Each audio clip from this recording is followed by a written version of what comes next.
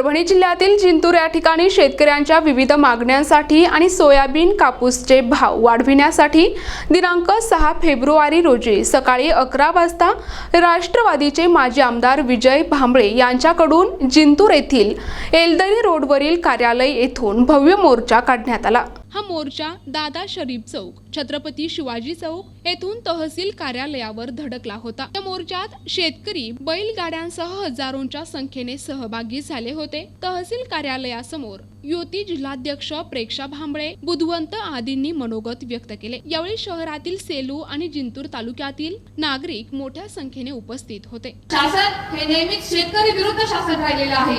नेहमीच असे म्हणणारे की आम्ही शेत पिकाच्या आम्ही दुप्पट असा भाव वाढू, परंतु नुसत्या कोरड्या घोषणा देणारे, परंतु खताच्या भावामध्ये तिप्पट वाढी ही काही कुठली नैसर्गिक आपत्ती नसून बांधवांनो, हे माझ्या शेतकरी बांधवांना फसवणूक करायचं काम करायचं आहे, हे या निमित्ताने मी आपल्या सर्वांना सांगू इच्छिते।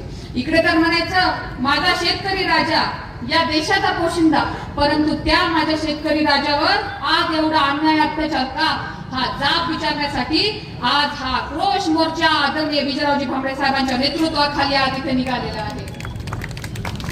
आज जिंतूर सेलू मतदारसंघाची परिस्थिती तीव्र दुष्काळी आहे।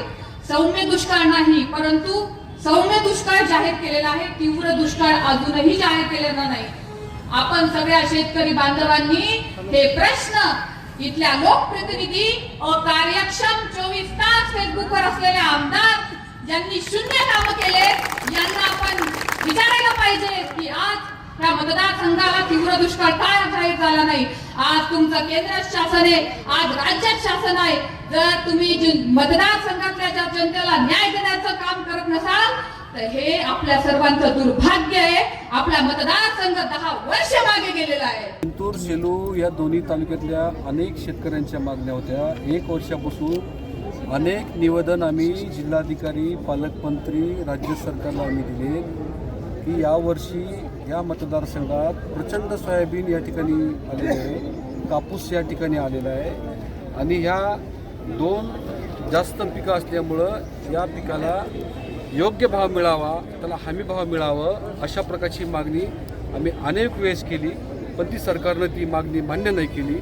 त्याच्यामध्ये सोयाबीनला किमान 7,500 रुपये क्विंटल भाव मिळाला पाहिजे आणि कापसाला किमान 12,000 रुपये क्विंटल भाव मिळाला पाहिजे, ही प्रमुख मागणी आमची मोर्चामध्ये होती।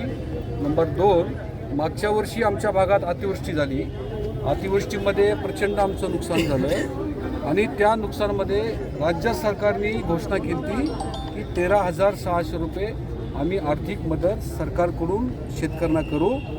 ती मदत त्यांनी फक्त 2700 रुपये हेक्टरीप्रमाणे ती मदत केली।